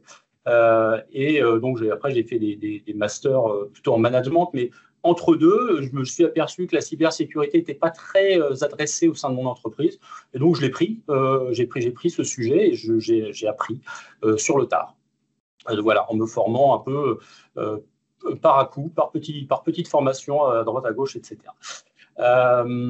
Donc voilà, ça c'est pour mon parcours, mais comme quoi on peut arriver de partout, y compris du sport, on peut arriver dans la cyber, on ne sait pas trop comment, mais ça c'est possible. Se former à la cybersécurité, bon, on va passer rapidement parce que d'autres l'ont dit bien mieux que moi, mais on a parlé effectivement des universités qui proposent, comme l'université de Caen, le projet CIRC avec de la formation. Les écoles privées, il y en a de plus en plus et c'est tant mieux. Il faut qu'on fabrique plus de spécialistes de cyber puisque c'est un marché cruellement en demande. On peut aussi, ça fait partie des choses que j'ai pu faire, se former aussi un peu tout seul sur Internet. Il y a des MOOC, alors je parle MOOC de l'ANSSI, ça ne fera pas de vous un spécialiste cyber, mais c'est une bonne première marche, n'est-ce pas Eric? Et puis il y a des plateformes d'apprentissage, les Roudmi, les Acropole, etc. Et puis le terrain, je suis un fervent défenseur de l'alternance pour la cybersécurité. Les formations d'alternance, c'est super. Moi, j'ai aujourd'hui dans mon travail à l'ARS, un alternant qui travaille avec moi et qui me fait un super boulot. Et voilà, ça permet de lier la pratique et la théorie, c'est quand même plutôt sympa. Et puis ça permet de mettre un pied dans l'entreprise. C'est comme ça que j'ai commencé et je ne suis pas mécontent de là où je suis arrivé aujourd'hui. Bon, on va passer rapidement sur les différents profils et domaines, mais il y a beaucoup de métiers. Alors, au sein de la spécialisation cyber, moi, je me suis pas mal orienté sur le social engineering. Donc, c'est un sujet qui m'a beaucoup passionné et on s'est dit que c'était assez sympa peut-être de faire un léger focus pendant 5 minutes sur le social engineering, ou la manière de vous manipuler, mesdames, messieurs, et de faire de vous des instruments de la cyberattaque. Alors, je vais vous proposer mon approche du sujet. Alors, ce que je voulais vous montrer, c'est issu d'une formation que j'ai écrite il y a plusieurs années avec une collègue à moi, une femme de la cyber, qui n'était pas du tout non plus une technicienne, qui venait du milieu de la production, et que j'ai amenée à la DSI parce que je voulais un humain qui parle français dans ce milieu de la DSI où on a parfois du mal à parler français à nos utilisateurs. Et puis, progressivement, elle est rentrée aussi dans la cyber avec moi. C'était très, très sympa. Donc, slide suivant, s'il te plaît. L'approche du social engineering, je pense que la plupart d'entre vous connaissent cette pyramide, la pyramide de Maslow, qui représente basiquement nos 5 strates de besoins humains. Et en fait, ce qui se passe, c'est que les pirates ont bien compris que nos besoins sont aussi nos faiblesses. Un petit clic supplémentaire, s'il te plaît, Alexandra, puisque les pirates vont attaquer ces différentes strates avec différentes techniques. Votre besoin physiologique, manger, dormir, etc., peut être attaqué. Vos besoins de sécurité, avoir un toit sur la tête, avoir un peu d'argent pour se payer à manger, etc. Tout ça sont les besoins de sécurité. Et puis les besoins d'appartenance, les besoins d'estime de soi et les besoins d'accomplissement. Tout ça, on va attaquer par exemple le besoin d'accomplissement professionnel, par exemple par des perspectives de gain ou de promotion. On va vous dire, si tu fais ça pour moi, je saurai m'en souvenir, en se faisant évidemment passer pour votre supérieur hiérarchique. Les besoins d'estime de soi, on va vous dire, je t'ai choisi toi parmi toutes les personnes de l'entreprise parce que je sais que tu es quelqu'un d'extrêmement professionnel et j'ai une totale confiance en toi, etc., etc. Donc la flatterie, la responsabilisation permet de manipuler les gens extrêmement facilement. Le besoin d'appartenance, si tu veux faire partie de notre petit groupe, etc., je compte sur toi pour faire quelque chose parce que ça va te permettre de rentrer dans cette communauté extrêmement étroite, etc. Tout ça aussi est une manipulation. Et puis les strates du bas, évidemment, c'est la menace. Si tu fais pas ce que je te dis, je vais te virer, tu vas perdre ton job, du coup, tu vas gagner moins d'argent, ta femme va se tirer ou ton mari va se tirer et tu n'auras plus de maison, etc., etc. C'est facile de manipuler les gens et de les mettre en stress. Une fois qu'on les met en stress, c'est terminé, vous êtes téléguidé. Je vous ai mis une petite étiquette en haut à droite d'un film français qui est basé sur une histoire vraie d'un criminel français qu'on a fini par arrêter dans un pays étranger et qui faisait ce qu'on appelle de l'arnaque au président. Je vous encourage à regarder ce film, il est extrêmement bien fait et tout à fait fidèle par rapport à ce qui se passe dans la vie réelle. La page suivante, c'est pour vous faire une petite illustration de manipulation toujours basée sur la pyramide de Maslow dans votre quotidien et notamment sur votre quotidien d'acheteur. Petit clic supplémentaire, Alexandra, puisque toutes ces strates sont attaquées par les marketeurs et les vendeurs, le besoin d'accomplissement de soi. Le fameux message, vous vous souvenez de ces gars-là, si tu n'as pas une Rolex à 50 ans, c'est que tu as raté ta vie. Je suis assez persuadé que c'était un coup de com' magistral en partenariat avec Rolex, parce que je pense qu'il y a des gens qui se sont dit, oh là, j'ai 49 ans, il faut absolument que j'aille m'acheter une Rolex. Hop, la manipulation est en route. Besoin d'estime de soi, fantastique, les soldes, c'est magnifique, les soldes. On achète un produit à 1 euro, on va le mettre en vente à 70 euros. Pourquoi ? Parce que première manipulation, en l'achetant, vous allez vous dire, c'est cher, mais j'ai quand même réussi dans la vie, donc j'ai les moyens de me le payer. Première estime de soi, super. Deuxième estime de soi, si on n'arrive pas à vous le vendre à 70 euros, on va faire des soldes à 30, en gagnant encore 29 au passage. Et là, vous allez avoir deuxième effet qui se coule, c'est-à-dire que vous allez ressortir en ayant acheté un truc dont vous n'aviez pas besoin à 30 euros en disant j'ai fait une affaire. Deuxième estime de soi. Vous voyez, les soldes, c'est fantastique. Les Black Friday, les Cyber Monday, etc. Un truc encore plus pernicieux, beaucoup plus récent, c'est les fameuses ventes privées. Et là, on a transformé les soldes en quelque chose de beaucoup plus confidentiel. Vous faites partie d'un club très restreint de gens qui avaient la chance d'accéder à des produits particuliers, etc. Besoin d'appartenance, on fait partie d'un groupe, etc. Et là, on vous manipule encore une fois pour vous faire acheter des trucs dont vous n'avez pas besoin. Et un autre truc très éloquent, c'est Apple.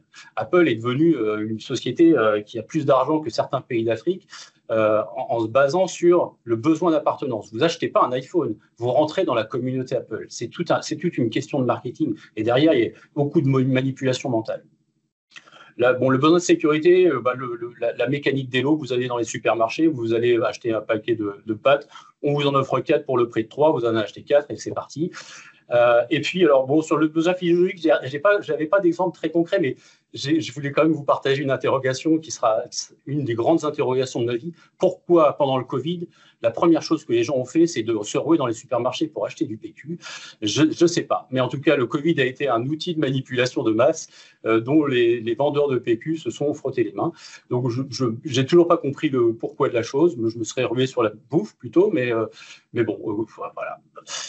Donc voilà, c'était pour vous illustrer un petit peu ce que peut être la manipulation gentillette dans votre vie de tous les jours. Et si on passe à la suite, alors tout ça, je vous ai parlé de la pyramide de Maslow, et il y a autour de ça des leviers. Alors je les appelle les 7 péchés capitaux du phishing. Alors, il va falloir que tu fasses des clics répétés. Merci Alexandra. Il y a la loyauté.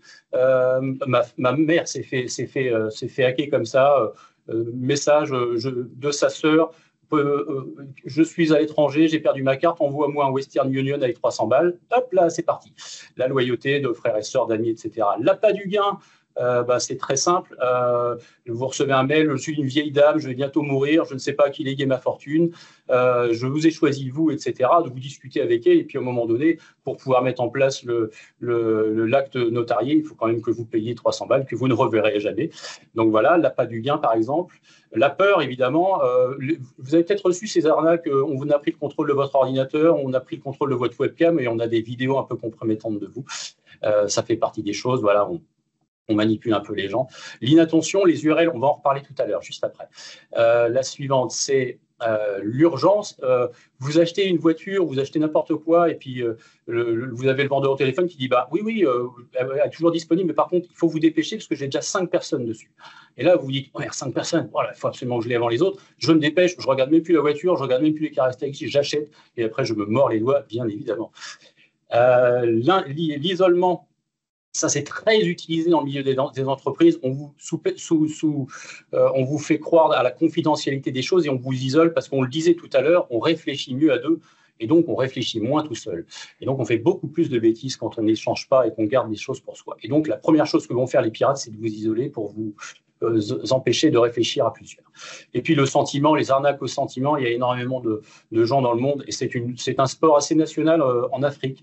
L'Afrique est un pays très porteur sur ces arnaques au sentiment où on vous fait croire à des rencontres, etc. Et à un moment donné, vous allez payer le voyage de l'être aimé pour qu'il vienne vous rejoindre et vous allez voir disparaître votre argent, vous n'allez pas voir apparaître l'être aimé. Et donc voilà, ça fait partie des vecteurs qu'on utilise pour manipuler les gens. On va aller très vite parce que je crois que je suis en train de prendre pas mal de temps. Vas-y, tu peux cliquer une deuxième fois, Alexandra, on va faire vite. Mais vous voyez, un mail que j'ai rédigé hier pour essayer de vous illustrer un peu tous ces petits leviers de l'attention, la peur, l'appât, etc. Un petit mail que, à l'époque, on avait fait la formation à nos utilisateurs. On leur envoyait un mail comme ça à nos utilisateurs avant la formation. Et on a récupéré quelques logins et quelques mots de passe. On va passer rapidement, je pense que vous aurez les supports. Et un petit sujet aussi sur la technique. On parlait tout à l'heure de l'inattention. Vous allez tous sur Internet chercher des sites et des informations sur les sites, mais est-ce que vous savez comment ça fonctionne? Ça fonctionne grâce à ce qu'on appelle des annuaires, des serveurs DNS, des serveurs de nom. C'est l'équivalent technologique de l'ancien annuaire papier qu'on avait à la maison. Je veux aller sur Le Bon Coin, je demande à l'annuaire qui me dit Le Bon Coin, il se trouve sur un site dont l'adresse est 193, 160, etc. Et il m'y envoie. Sauf que le nom de domaine, leboncoin.fr, il a été acheté par les gens, par la société Le Bon Coin. Et une fois qu'ils ont acheté leboncoin.fr, ils peuvent créer tous les sous-domaines qu'ils veulent. Oh là là, je fais des fautes de français. Et donc, je vous donne un exemple en bas, par exemple, la normandie.fr est le domaine qui a été acheté par la région Normandie. Et donc, elle peut créer plein de sous-domaines comme formation.normandie.fr. Et avec ça, on va énormément vous manipuler, avec ces noms de domaines et les sous-domaines. On passe là. Alors, petit exemple, 2 sites. Est-ce que vous savez s'ils sont vrais ou ils sont faux? Est-ce que certains veulent se lancer? Pas facile, hein. Le premier, alors est-ce qu'il est le premier sur le parcours métier? Alexandra, est-ce qu'il est vrai ou est-ce qu'il est faux? Il a l'air vrai, mais je suis sûre qu'il est faux. Eh ben, clique une fois, tu as la réponse. Faux. Il ressemble au vrai. Et puis parce que regardez, entre métier et Normandie, c'est pas un point, c'est un tiret. S'il y avait un point, le nom de domaine serait normandie.fr et parcours-métier serait un sous-domaine.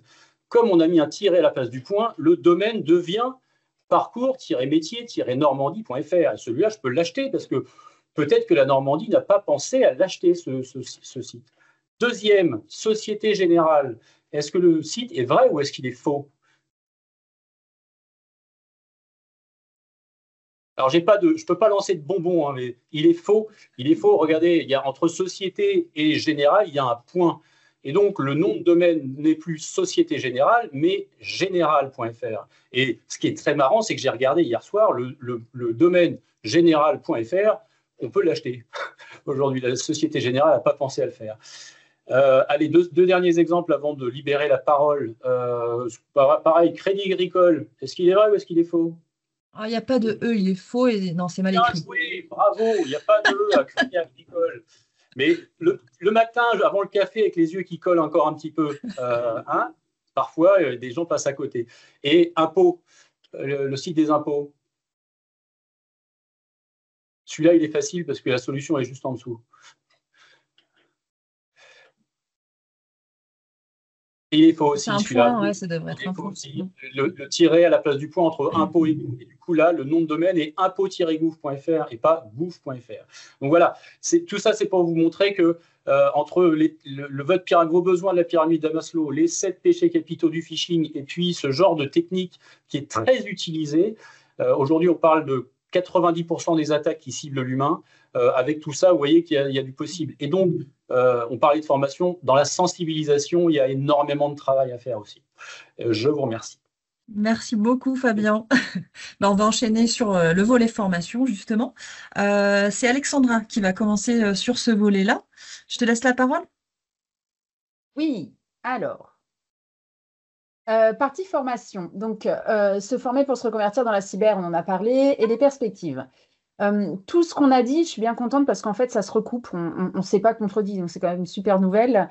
Pour la partie formation, que ce soit pour la reconversion ou pour les jeunes, finalement, dans leur cursus classique, je voulais quand même mettre en avant quelques petits warnings pour ne pas tomber tête baissée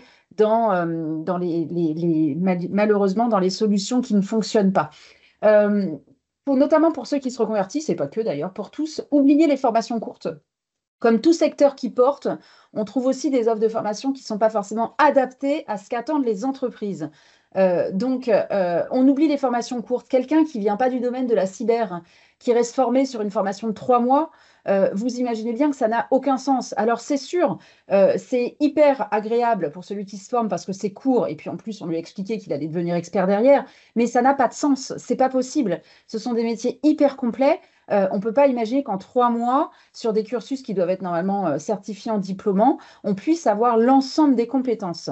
Donc, pas de formation courte, pas de formation sans diplôme reconnu, parce qu'encore une fois, c'est ça qui va faire la différence derrière. Les entreprises vous recruteront aussi là-dessus. On est en France, le diplôme est hyper important. Ça, c'est dans notre état d'esprit et c'est pas prêt de changer. Et petit bémol par rapport à ce que j'ai entendu tout à l'heure, attention au distanciel. Une formation courte en distanciel, quand on est déjà dans le métier et qu'on vient rajouter une couche supplémentaire, oui, bien sûr. Pour des gens qui se lancent dans la cyber, dont ce n'est pas le métier, là, ce n'est pas moi qui parle, je parle et je témoigne au nom des entreprises. Les DRH qui recrutent aujourd'hui dans le numérique, elles ne veulent plus de gens qui se forment en 100% distanciel. Pourquoi? Parce qu'on vous a dit tout à l'heure que le geek, c'était fini. Les entreprises recherchent des gens qui savent communiquer avec les autres, parler avec des gens qui ne sont pas que de leur métier. Dans les métiers de l'informatique, il y a besoin d'expliquer ce qu'on fait, il y a besoin de travailler en groupe, en collaboratif. C'est un gros ADN du métier, dans les métiers du numérique. Et bien, en distanciel, on ne l'apprend pas, ça. Alors, je sais que ça ça a été très à la mode pendant le Covid et on s'est tous cachés derrière ça.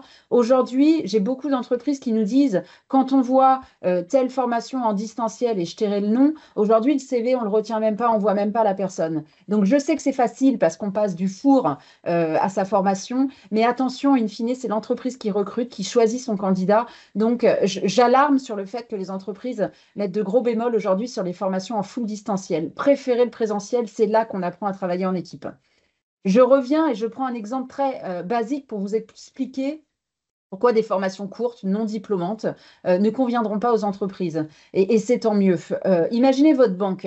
Est-ce que vous seriez rassuré que votre banque vous dise que son expert cyber, c'est-à-dire celui qui va empêcher de vous faire pirater vos comptes, c'est quelqu'un qui était, et alors n'y voyez aucun mal, hein, qui était avant, allez, pâtissier. J'adore les pâtisseries, donc n'y voyez là aucun sujet.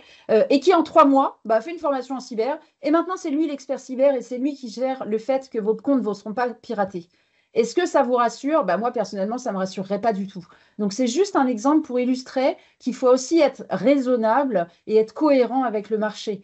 Aujourd'hui, un métier cyber, ça a c'est une stratégie, c'est des éléments incontournables d'une entreprise. Ça nécessite une formation complète, longue, diplômante, et où on travaille en groupe. Pour ce qui est perspective en Normandie, je vais être rapide parce qu'on l'a dit tout à l'heure. En effet, les gros pôles cyber sont à Paris, mais pas que, et heureusement, sinon qu'est-ce qu'on ferait en Normandie? Donc il y a du job en Normandie, hein, bien sûr, sur la cyber.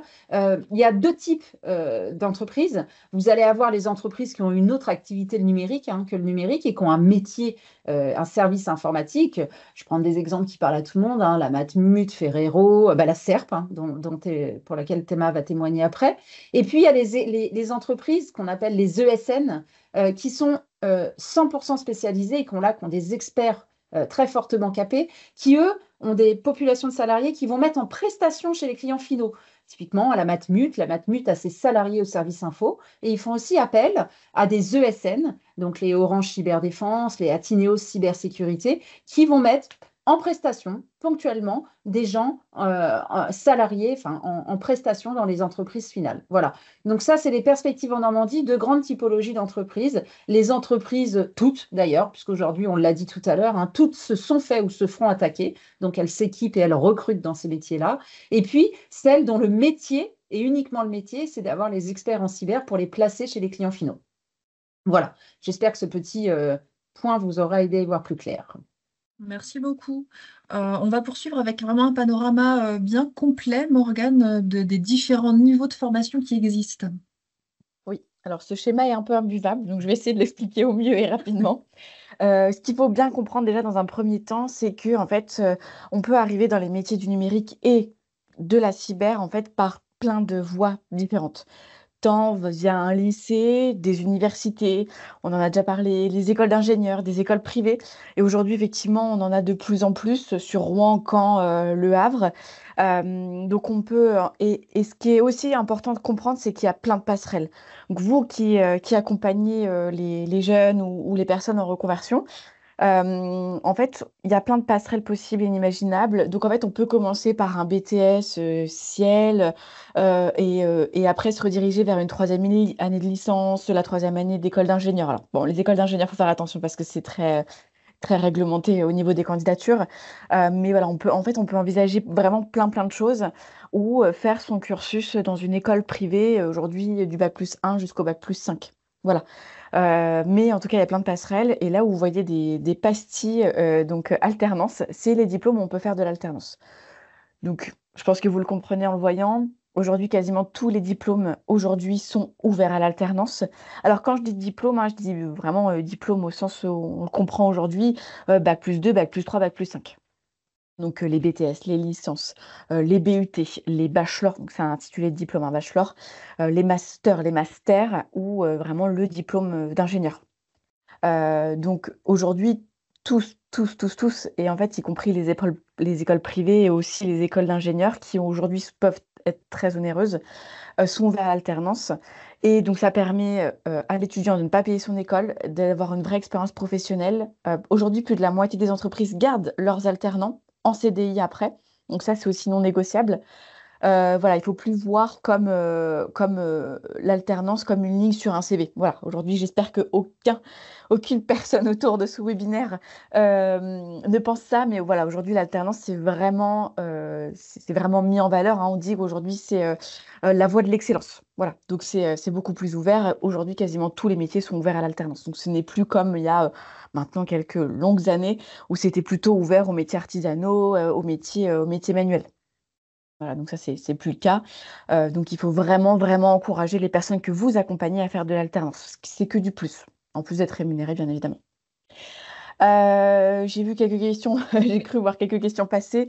Donc effectivement, Alexandra l'a déjà dit, et je pense que vous l'avez compris aussi au cours de ces 55 minutes. On ne peut pas aujourd'hui accéder à un métier de la cyber, enfin, hors reconversion. On ne peut pas accéder à un métier de la cyber en dessous du bac+5. Enfin, non, faut pas faire une généralité. Mais en tout cas, aujourd'hui, c'est un fait. La majeure partie des personnes qui sont embauchées dans les métiers de la cyber sont plutôt sur du bac+5. On est aux alentours de 70%. Voilà, donc ça, il faut le savoir. Par contre, effectivement, infra-bac, non. Dans les métiers du numérique, de toute façon, en général, mis à part des reconversions, et encore, faut-il avoir un diplôme, ou une équivalence, bien évidemment. C'est très compliqué aujourd'hui d'exercer des métiers du numérique si on n'a pas le bac, voire bac+3, voire même bac+5. Voilà. Mais aujourd'hui, vous avez des écoles qui proposent d'avoir un bac+3, un bac+5, alors qu'il n'y a pas d'équivalence. Il n'y a pas de prérequis, pardon. Voilà. Donc, je ne les citerai pas, mais on a un alternant qui va témoigner juste après. Donc voilà. Voilà, je pense que j'ai globalement tout dit. Alors, il y a beaucoup de questions. Ouais. Je pense qu'on n'aura pas le temps de tout traiter. Il nous reste 5 minutes. Je vais répondre à l'écrit. Officiellement, on va dépasser de 10 minutes. Voilà. Il y a beaucoup de questions. Et donc, ce qu'on va pouvoir faire, c'est qu'on va pouvoir peut-être y répondre à l'écrit là pendant les derniers témoignages, si c'est possible. Je réponds. Et puis, si jamais il y a des questions qui restent sans réponse, de toute façon, on vous enverra tous les supports et le replay et on pourra vous envoyer des compléments aussi. On va en échanger entre nous après, parce que je pense que c'est important là qu'on puisse donner la parole à nos étudiants, justement. On a la chance d'avoir avec nous 2 étudiants qui ont des profils complètement différents et qui ont des parcours complètement différents. Donc, avec nous, Eris, notamment, tu es alternante en cybersécurité, tu es à l'ESSIGELEC. Bonjour. Est-ce que tu nous entends, Eris? Alors, on l'a peut-être perdu. Eh bien, c'est pas grave, je vois Thomas qui est là. Bonjour Thomas. Tu es aussi alternant, donc toi, tu es à l'école 42 au Havre. Oui, c'est ça. Je suis à l'école 42 au Havre depuis avril 2023. Donc avant, j'étais pas du tout dans le numérique, j'étais barman. Et avant ça, j'avais fait un bac ES, donc vraiment un parcours plutôt chaotique sur le début. Et du coup, suite à mon travail de barman, j'ai voulu reprendre les études, me reconvertir. Et du coup, j'ai choisi l'école 42, qui était le plus simple pour moi étant donné que j'habite au Havre. Et aussi parce que il y avait, comment dire, avec Parcoursup, c'est compliqué de pouvoir accéder à une école sans avoir un parcours un minimum structuré avant. Et du coup, vu que l'école 42, c'est sur concours, j'ai préféré tenter cette option-là et être sûr que ce ne serait pas à la chance où Parcoursup me dirait de réessayer l'année prochaine. Du coup, après le début de mon cursus à 42, j'ai en 1 an fini le tronc commun et après commencé directement la spécialisation donc en cyber. Là, depuis septembre 2024, je suis à la SERP en tant qu'analyste SOC. Donc, je reviendrai plus tard sur analyste SOC. Du coup, la SERP, c'est une coopérative d'exploitation et répartition pharmaceutique. Donc, ça va être dans le domaine de la santé. Ça va être tout ce qui est commande de. Ça va être, comment dire, ça va faire le lien entre les laboratoires et les pharmacies. Donc, ça va être tout ce qui va être livraison, tout ça. Donc, au niveau de la sécurité, ce qu'il va avoir à gérer, ça va être tout ce qui est facture, approvisionnement, les sites internet, les logiciels pour les pharmacies, et voilà, etc. Donc, SOC, ça signifie Security Operations Center. Donc, c'est SOC, SOC. La mission va être de surveiller l'ensemble de l'infrastructure informatique, du coup, et ça va être de manière proactive. Donc, on va vérifier que tous nos logiciels, tous nos antivirus sont bien à jour. On va vérifier si les mails qui rentrent dans l'organisation, s'assurer qu'ils ne sont pas malveillants et ça va être à peu près tout pour la description du métier. Donc après, ce qui est important dans la cybersécurité, et surtout pour quelqu'un qui est en reconversion, du coup, ça a été dit avant, mais ça va vraiment être la curiosité, parce que de toute façon, les entreprises le savent quand elles reçoivent le CV. C'est très compliqué d'avoir 100% de compétences si on n'a pas l'expérience avant. Donc et en plus, dans la cybersécurité, la théorie et la pratique, c'est vraiment deux choses différentes. Pour avoir vu pendant mon année de tronc commun à 42, c'est vraiment compliqué. Je me suis formé sur Internet sur le côté pour accélérer le processus, on va dire. Mais c'est très différent parce qu'on est toujours en mode, bah, c'est, comment dire, ça, j'en perds mes mots. On va avoir, faut pas utiliser cette version de logiciel parce qu'elle a des failles. On arrive dans l'entreprise, on utilise cette version de logiciel, elle a des failles, on peut pas changer. Il va falloir que tu fasses avec, point. Et c'est non négociable parce que, évidemment, le changer, ça voudrait dire arrêter toute activité professionnelle pendant plusieurs semaines. Et donc, c'est impossible. Donc, ça se fait petit à petit, mais ça veut dire que les failles sont là et qu'elles ont besoin d'être surveillées constamment. Et après, pour un exemple de curiosité et de communication, c'est un mail de réinitialisation de mot de passe, par exemple. Si vous en recevez un, c'est pas dérangeant, mais ça peut l'être parce que soit la demande vous l'avez faite et du coup vous êtes au courant de ce qui se passe, soit c'est un bug, soit c'est le début d'une attaque. Sauf que les deux derniers cas, il y en a un qui est moins important que l'autre. Parce que la demande légitime, il suffit d'appeler la personne, on l'appelle. Est-ce que tout s'est bien passé? Est-ce que c'est vous qui avez fait cette demande? Oui, d'accord.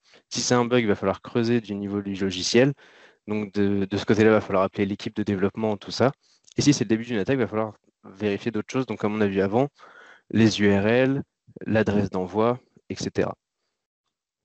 Et du coup, pour conclure sur la cyber qui a l'image d'être inaccessible aux personnes en reconversion, du coup, c'est pas vraiment le cas parce que j'ai pas eu tant de problèmes que ça. Mais au niveau comment dire, pour trouver le stage, ça a été compliqué. Mais par contre, pour se lancer dans la cyber, ça ne l'est pas en fait. Il faut juste être motivé et peu importe le parcours, la motivation en général, ça gagne toujours. Ok. Donc toi, tu dirais que tu n'as pas eu de difficultés majeures justement sur cette question de la reconversion parce qu'on en a beaucoup parlé. Pour toi, c'est un non-sujet. Tu étais motivé pour te reconvertir dans la cyber et donc ça a été possible parce que tu as mis les choses en place, quoi. C'est ça. Je pense il suffit d'être rigoureux. À côté de mes cours de l'école plus basique, je faisais de la cyber à côté et en fait, les deux mélangés, j'ai pas eu de problème. D'accord. Ok. Et tu aurais un conseil, peut-être, parce qu'il y a beaucoup de gens là qui nous écoutent, qui accompagnent des gens qui sont en Oui. reconversion. Est-ce que tu aurais un conseil à donner à ces personnes? Qu'est-ce qui a été pour toi le levier le majeur pour que tu réussisses cette reconversion dans la cyber finalement? À part la motivation, c'est vraiment compliqué comme question parce que c'est vraiment ce qui m'a servi de levier pour aller au-dessus. Mais je dirais vraiment comment dire, de se renseigner sur le côté parce que c'est vraiment la première étape dans la cyber et c'est aussi vrai dans les autres métiers du numérique, mais dans la cybersécurité, il y a toujours un travail de veille technologique. Et commencer par ça, ça aide à mettre les pieds dedans, on va dire. Ça va vraiment être le début. Et si en fait on voit que des informations qui ne nous intéressent pas, ok, on aime peut-être bien le numérique, mais c'est pas forcément la cybersécurité qui nous intéresse. Parce que c'est vraiment un travail très important. Ok. Je te remercie. S'il y a des questions, surtout, vous n'hésitez pas. Donc, Eris, je pense qu'il y a dû avoir un problème technique. Elle ne va pas pouvoir être avec nous. Super, Allô. je te voyais plus. Bon, génial. Et Je donc, suis désolée, je suis à il n'y a pas l'école de et ma souci. connexion, elle n'est pas bonne du tout. C'est pas grave. C'est bien parce que, voilà, Eris, elle a un profil complètement différent. Donc, toi, tu es en école d'ingénieur. Oui, c'est ça. Je Ok. Tu peux suis à l'ESCIGELEC. Hmm. Du coup, avant d'arriver à l'ESCIGELEC, j'ai fait 2 années de cycle préparatoire, mais au Bénin. C'est une école qui était conjointe à l'ESCIGELEC, donc je suis arrivée après mes 2 ans, donc je suis arrivée en 2023. Et là, je suis en année 2 de cycle ingénieur, donc en bac+4. Et j'ai commencé ma spécialisation en cybersécurité cette année, parce que l'année dernière, c'était du tronc commun. D'accord. Pourquoi la cyber? Pourquoi tu as choisi, et du côté, le volet technique, hein, de la cyber, on a beaucoup parlé aussi de métiers connexes. Non, là, tu es dans le dur de la cyber. Alors, oui, plus ou moins. Ce que moi je fais, c'est de la cybersécurité opérationnelle. Vu que je viens de commencer, je ne suis pas encore dans le dur à proprement parler. Oui. Ce que je fais actuellement, c'est plus du reporting et de la réponse à incident. Il y a des plateformes sur lesquelles les collaborateurs vont signaler des incidents, ou le SOC, comme Thomas l'a dit, on a un SOC externalisé.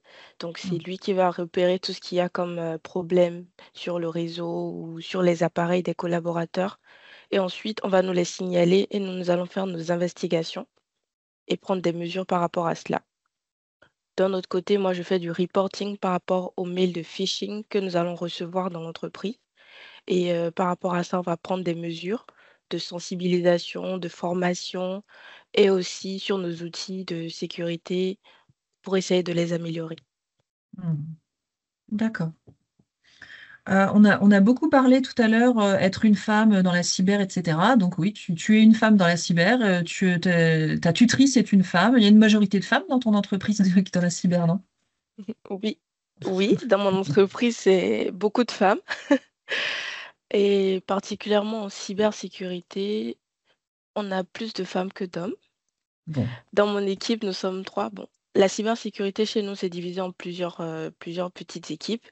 Mais la cybersécurité opérationnelle, nous avons 2 femmes et un homme, donc Ok. la majorité. Donc c'est un non-sujet pour toi. Voilà, Oui, tu travailles dans la cyber. c'est ça. J'ai été surprise de voir que ça ne les surprenait pas, eux. Pas du tout de voir une femme en cyber. C'était tout à fait normal pour eux. D'accord.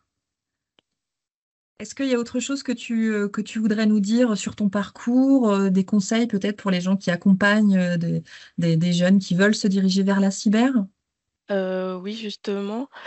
Déjà, je vais parler un peu des femmes parce Mm. que c'est un vrai sujet actuellement. Dans ma promotion à l'école, il y a peu de femmes. Mm. Dans ma classe, il y en a 6 alors qu'on est une vingtaine. Donc, Mm. franchement, c'est une tendance qu'on retrouve un peu partout dans le domaine. Mm. Les écoles. Et oui, moi, je Mm. trouve qu'il faudrait quand même plus diversifier les profils dans la cybersécurité parce que en termes de genre et en termes de parcours, parce que les menaces évoluent et demandent des approches vraiment variées.